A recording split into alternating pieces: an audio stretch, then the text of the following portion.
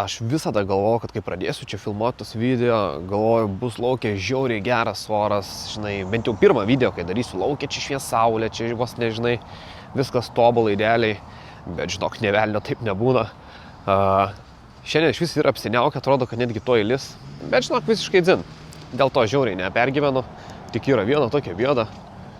Čia skraido tie varniukai ir jie čia žiauriai mušas tarp savęs. Nežinau, kažko nepasidalina vadinas. Tikiuosi, kad jie man labai netrukdys čia, labai nečirkš į mikrofą ir galėsim sukurti kažkokį tai lengvą video. Tai iš vis, ką aš čia filmuoju, ką aš čia noriu parodyti ar ką aš noriu pasakyti, tai šiaip daryti tos tokius video jau buvo sena idėja ir galvoju, kad gal kažkam bus įdomu. Pagrindinė priežastis yra ta, kad manęs draugai pastoviai klausė vis to pačio klausimo. O tai tu klausyk, o tai tu vis dar tebeveži tą Voltą? O tai kaip suprasti? O tai, ten beina ką nors uždirbti? O tai, pala, bet ten juk vežioja visi ten tie atvažiavę iš Azijos, Afrikos, tai kaip tu čia toks veži? O va taip ir vežu. Šiaip geriausiai dar vienas draugelis sako, žiauriai sujokino. Sako, girdi, o tai tu vis dar veži tos kotletėlius čia po tą miestą. Tai jo, vis dar tos kotletėlius, sriubytės, picas, kebabus, kartais gėlės, o kartais ką nors ir iš Fantazijų LT atvežam. Šiaip ko tik nepasitaiko, tas Voltas jau čia bendradarbiauja vos ne su visais šopais atrodo. Gali gauti užsakymą vežti iš belekur. Jo, tai aš tuos užsakymus vis dar vežu, bet kiek ilgai juos vešiu, tikrai negaliu atsakyti, nes pats to nežinau. Yra tam tikrų niuansų, kur čia iš tikrųjų biški, jau pradeda atbaidyti tą darbą. Šiaip pats darbas labai įdomus toks, nes tikrai skiriasi nuo visų kitų normalių žmonių darbų. Čia tu nori dirbi, nori nedirbi. Atsikėlei šiandien, geras oras laukia, sakai, šiandien nedirbsiu. Nu ir ką? Nieko, varai atostogauji ir niekam nereikia aiškintis, nieko nereikia prašyti, kad tau duotų išeiginę, prieš nieką nereikia tenais lenkti galvos ir likti skolingam. Tiesiog šiandien sugalvoji nedirbti ir nedirbi. Kitą dieną atsikėliai, viskas okei, nori dirbti, paėmei appsą, įsijungiai on ir važiuoji. Lauki, kol duos tau tų užsakymų ir veži vieną po kitą. Tai tas yra, manau, pats didžiausias pliusas. Aišku, kas be ko, minusų čia irgi netrūksta, minusų yra gan daug, bet kaip irgi taip pat galiu pasakyti, turbūt kaip ir visuose kituose Lietuvos darbuose. Bet iš karto ir noriu dadėti, o kur jų nėra. Visur yra, tai čia galėčiau detaliai viską dėstyti, bet į šitą pirmą video tikrai nenoriu visko išdėlioti. Iškart gal pasakysiu viso video esmę, tai pasižiūrėjau YouTube'ai, kiek yra kokių padaryta, sukurtų video, kur, pavyzdžiui, kažkas filmuotų, grinai tokius kurjerio vlogus, kad tipo, kaip šiandien sekėsi surinkti ten tą kasą vadinamą, uždirbti pinigėlių, arba kokie, nežinau, nuotykiai, problemos nutiko per tą dieną. Nelabai radau kažką ten tokio, kad būtų taip, nuoširdžiai viskas parodyta. Tai galvoju, kad būtų visai nebloga idėja, pavyzdžiui, padaryti tokį lengvą challenge. Vieno mėnesiuko, pavyzdžiui, tai nuo birželio 1 dienos iki paskutinio mėnesio dienos daryti tokį challenge. Filmuoti viską nuo ryto iki vakaro, kaip viskas vyksta, kokia yra procedūra to darbo, kokie sunkumai pasitaiko, gal kokie prikolai, bairiai ir taip toliau, nes jų čia visiškai netrūksta. Šiaip klientai yra juokingi, kartais jie užmiršta ir kur gyvena. Kartais užmiršta, kad ir iš vis užsisakė maistą, kartais klientai užmiršta, kad jie po triusikų ateina pasiimti tą užsakymą, irgi būna prikolų visokių. Galioja tarp kitko ne tik čia apie vyrus, bet ir apie moteris.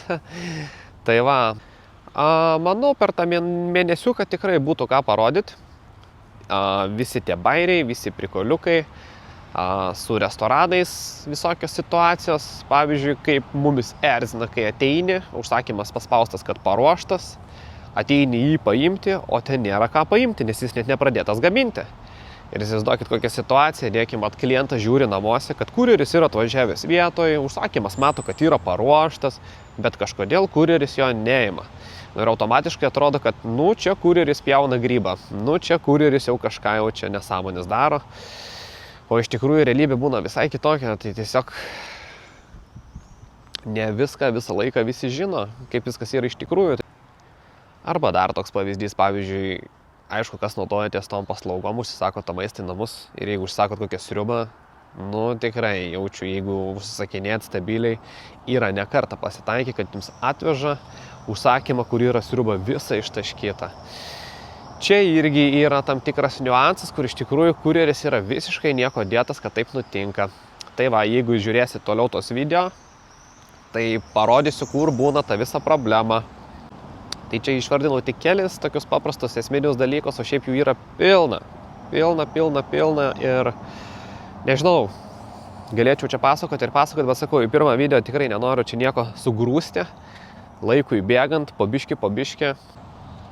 Visas tokias spragas, visas tokias to darbo, kaip pasakyti, nemalonės aplinkybės norėčiau taip plačiau ten išdėstyti ir parodyti. Šiaip dar yra labai aktuali tema šiai dienai, kur visi kalba apie tos atvykėlius. Indija, Pakistanas, ten Bangladešas ir dar kas tik benori.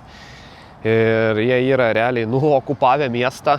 Ir čia iš tikrųjų yra visas tas toks game changeris. Kodėl, pavyzdžiui, aš kai pradėjau dirbti, tai buvo prieš 6 metus. Šiaip jau čia beveik 6 metai, kaip aš vežu tos užsakymus.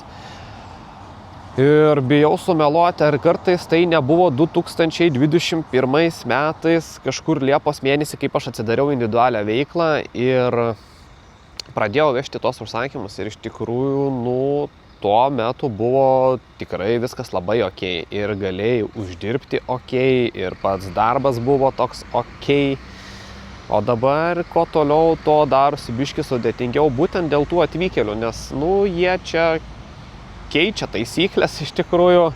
Labai mėgstu tvarką, kai viskas yra aišku, kai viskas yra tvarkinga, viskas yra sudėliota taip, kaip turi būti, nėra jokių nesąmonių. Bet čia tvarkos realiai jau išvis nebėra. Pradedant nuo to, kad kaip keliuose vyksta eismas su jais, kaip jie važiuoja, kaip jie vairuoja. O kalbant dar apie kitą dalyką, tai kažkas dega turbūt. Tai kaip jie važiuoja keliuose yra viena, o iš tikrųjų kaip jie pristatinėja tos užsakymus yra visai kas kita. Jie toks vaizdas, kad net neturi jokio suvokimo, kaip tai turėtų būti. Nors visi aiškiai žinom, kad čia nėra jokio mokslo, tiesiog tu turi šiltkrepšį, atvažiavai į restoraną, kebabinę ar nesvarbu, kur tu gavai, atsidarei tašę savo, įsidėjai užsakymą, užsitraukiai į tašę, nuėjai pasidėjai mašiną ir veži iš taško A į tašką B. Jiems tas nedaina.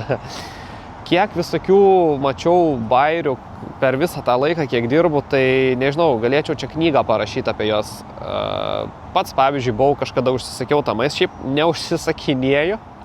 neužsisakinėjau vien dėl to, nes žinau, kad jie veš. Tai kai žinau, kad jie veš, aš žinau, kad aš sumokėsiu pinigus už tą užsakymą ir aš nežinau, ką aš gausiu realiai. Nes jeigu jie veš, tai bus kaip žiema, kaip pavyzdys, buvau užsisakiau užsakymą. Šiltas maistas buvo, viskas okei. Žinau, matau jau per appsą, kad turi atvažiuoti tas užsakymas, žiūriu, per langą pareina gražuolis ten. Nežinau, ten iš Indijos jis buvo, iš kur ten neturiu kompetencijos nustatyti taip tiksliai. Tai jo, jisai pasiėmęs tą užsakymą, net į krepšį net nedėjęs. Rankui, tai pasiėmęs, jis man parneša tą užsakymą. Tai kaip? Tai kaip? Kaip galima užsisakinėti, kai tokie žmogeliukai veža? Šiaip nėra taip, kad aš ten baisiai jų nemėgčiau ar kažką, tiesiog man biškį pikta gal, kad nėra, kaip sakau, tvarkos tokios, nes, pati didžiausia bėda čia yra, kad čia nėra face control jokio, absoliučiai. Realiai tu šiandien, sugalvoji, kad nori vežioti maistą, ir okei, ką padarom, atsidarom individualią veiklą, užsipildom prašymą į Voltą ir viskas, ir laukiam. Ir realiai kokią savaitę 2 tu gausi tą patvirtinimą bent jau kai aš čia reginaus prieš 6 metus plus minus, tai buvo, kad reikėjo nuvažiuoti į vietą tašę pasimti. Tai bent su kažko susitikdavai, taip akis į akį, kad tipo tau tašę bent perdodavo, bet ir tai neturėjo jokios reikšmės. O dabar tai išvis tašę atsiunčia į paštomatą, kiek girdėjau, nueis į paštomatą, išsitraukia jie, vat būtent tie draugeliai ir dirba jie, ir nėra jokios problemos. Tai biški tas erzina, kad, galėtų biški taip žiūrėti, protingiau į tą visą reikalą, tai gal ir nebūtų tokių problemų. Galbūt trūksta biški kursų jiems kažkokių, kad suprastų, kad maistas vis dėlto turi būti šiltas, kad reikia jį įdėti tašę, kai tu jį pristatinėjai. Tai yra pagrindinis realiai dalykas, kur reikia žinoti, dirbant šitą darbą. Ir šiaip, ta prasme, jie tokie yra juokingi. Nežinau, vieną kartą aš nuvariau į Akrą paimti užsakymą, einu link Akro ir žiūriu, atvažiavo tas iš tų trečiųjų šalių. Bičas, žodžiu, pasistatęs mašiną ir aš žiūriu jį, aš nesuprantu, jis tašį įsidėjo mašiną ir aš ten biškį palaiko pradėjau filmuoti. Žiūriu, jis apsivilkęs yra kaip to slaugo uniforma. Žinot, kaip būna ligoniniai, ten kokia sesutė vaikšto. Tai aš žiūrėjau, aš nesupratau, kas čia vyksta.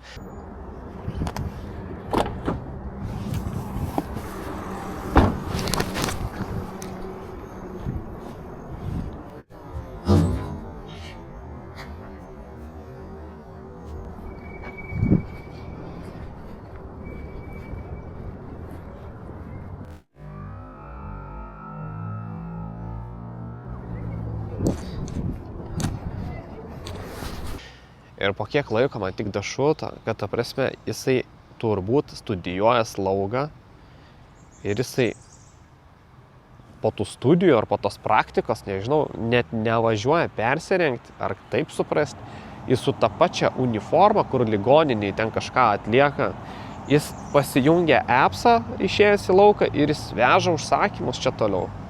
Ir toks įpjauna į Akropolį su tokia uniforma, tai ta prasme, wow.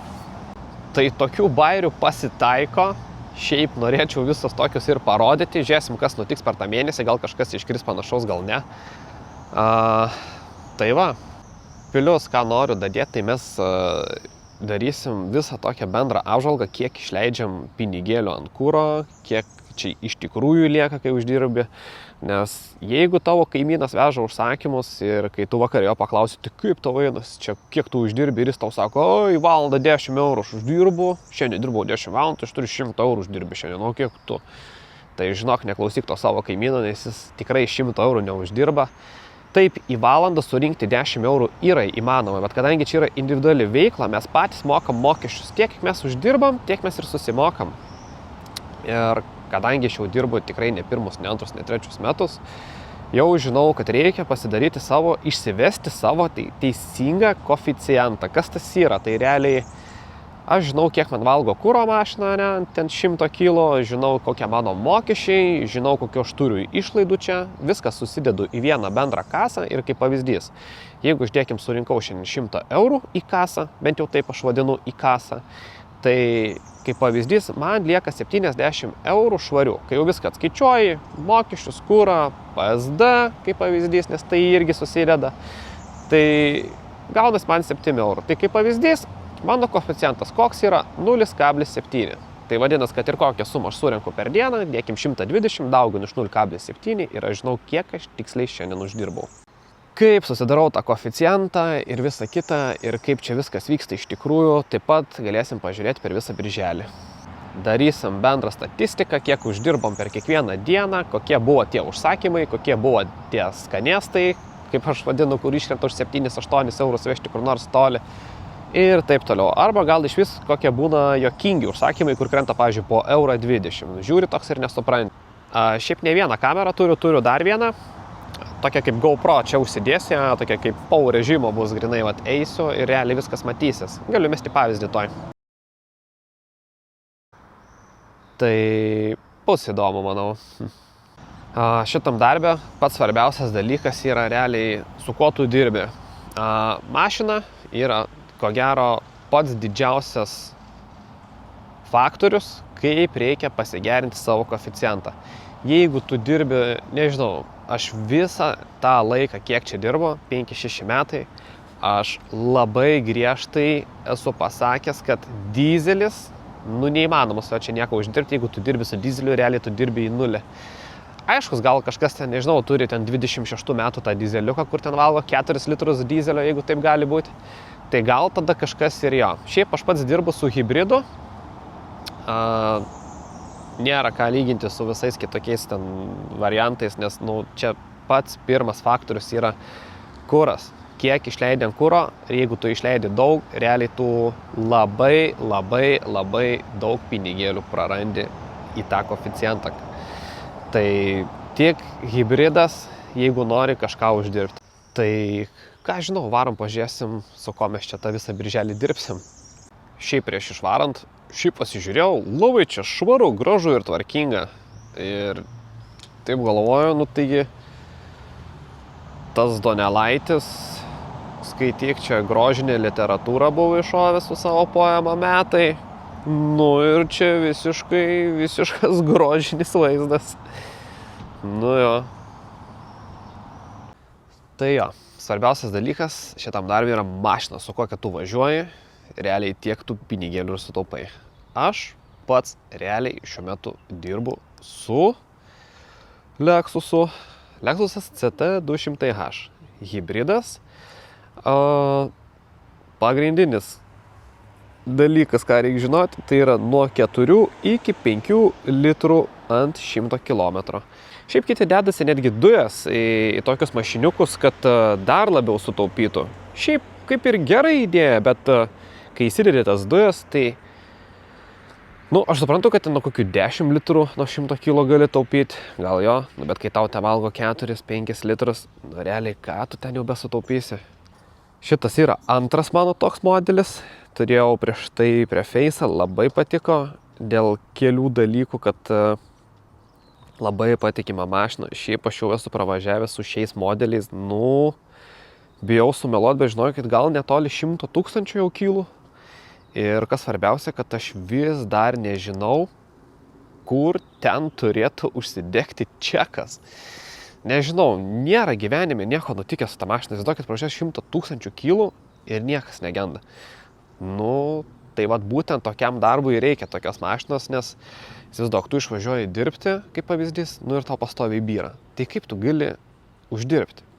Tai kai tavo darbo įrankis yra sugedęs, jis nevažiuoja, realiai nėra kaip gauti pajamų. Nėra pajamų, nėra pelno. Tai va, žodžiu, šitam salone aš realiai praleidžiu visą dieną. Nuo ryto iki vakaro. Toks darbas realiai. Pagrindė sėdi mašinoje ir važiuoja kažkur tos visus atstumus. Visam tam challenge'ukui esu kaip ir pasiruošęs. Turiu įsistatęs čia laikiklį, rodau, kad čia yra. Tai realiai galėsim filmuoti ir į priekį, kai važiuojam, ir pats save galėsiu filmuoti. Tai manau bus gal visai įdomiai. Gale turiu pasidėjęs tokį tašiuką. Žodžiu, jame laikau vandenį. Šiaip kažkokis tai po ranką turiu servetėlės, šlapių servetėlių turiu iš Lidlo. Nes jeigu kartais nutiktų avarija ten su kokia sriuba, tai reikia turėti pasivalyti po ranką. Jo, tiek kalbam čia apie tos užsakymus, kaip viskas būna, šiaip netgi tašės dar neparodžiau, o tai tašiai yra čia turbūt vienas svarbiausių dalykų šiam darbe. Tai va, mano tašiai yra juoda, yra dar iš tų senų laikų, nors šiaip buvo juokingas variantas, kad jo, čia nekreipkite dėmesį, čia mano skudurėlė, kai nusiplaunu mašiną, man reikia apsisausinti visą laiką. Su ta juoda tašė atvežiau kažkam užsakymą ir toks bičiukas laukia prie laiptinės, toks žiūri, žinai, tą tašę, sako, geras, sako, nauja tašė. Ir aš toks galvoju, sakau, čia šiaip ne naujas, sakau, kaip tik labai senas, tai sako, visų žydros. Ir aš tada supratau, kad tas naujas yra žydros, o tai yra sena, bet jis pagalvojo, nežinojo, kad juodas dar buvo, tai jis pagalvojo, kad čia naujas yra, nors iš tikrųjų čia yra labai senas. Bet šiaip žiauriai patogios, jos tokios, turi tą tokį išlinkimą, per patį tą viršų, tu kai taip paimi dėkime ir su to diržu meti ant peties, gaunas taip, kad tas priglunda tau palei petį ir patogu eiti. vis dar galvoju, ką čia dadėti, ką dasakyti, ko nepaminėjau. Bet čia tiek yra daug visko, kad aš turiu pats suprasti, kad per vieną tokį trumpą video, neišeis visko pasakyti. Ką žinau, atrodo tiek, šiaip kaip žadu daryti tos video, tai nežinau dar tiksliai. Šiaip iš tikrųjų, aš dirbu per 2 platformas. Tai ir per Voltą žydrą, ir per Boltą žalią. Tai manau, kad bandysiu vežti viską dabar ir viską rodyti bendrai per vieną platformą, nes tai bus paprasčiau, lengviau viską matyti per vieną appsą, visą statistiką, kiek renkasi eurų, kas gaunas per kilometražai, kokie tie užsakymai ir visa kita. Tikiuosi, kad tas Voltas normaliai paduos čia viską, nes, sakau, aš pripratęs per 2 vežti. Tai manau, viskas bus okei per tą vieną Voltą. Jeigu kartais ten jie man neduos pakankamai kiekio to užsakymų, tai gal padarysim kažkokį išimtį ir pradėsim vežti per 2. Bet turėtų užtekti ir vieną Voltą. Kas kiek laiko kelsiu video, nežinau. Kokiu periodu kelsiu, irgi nežinau. Greičiausiai kelsiu tiek dažnai, ant kiek bus ką rodyti. Šiaip manau, kad turėtų susisukti tikrai ne 1, ne 2 ir gal net ne 5 video per visą tą mėnesį. Tai va, tai ką aš žinau, kai pirmam kartui jaučiu gal ir užteks. Atrodo, susakiau bent jau plius minus viską, ką norėjau. Jeigu trūks, tai tikrai žiūrėkit video, ten tikrai bus daugiau visko. Tai va, nežinau, jeigu buvo kažkas ne taip, jeigu kažkas nepatiko, tai nepykit ant manęs. Pirmas video, gal pasitaisysiu kaip nors. Tai va, tai ko gero aš neprašysiu, kad palaikintumėt, kad pasubscribintumėt tą kanalą, nes kai tų žmonių kažko paprašai, jie būtent daro viską atvirkščiai. Tai jeigu norėsit, patys viską ir pasidarysit. Tai ką, kam bus įdomu, po geros savaitėlės laukit, bus naujas video. Tai ką, iki greito.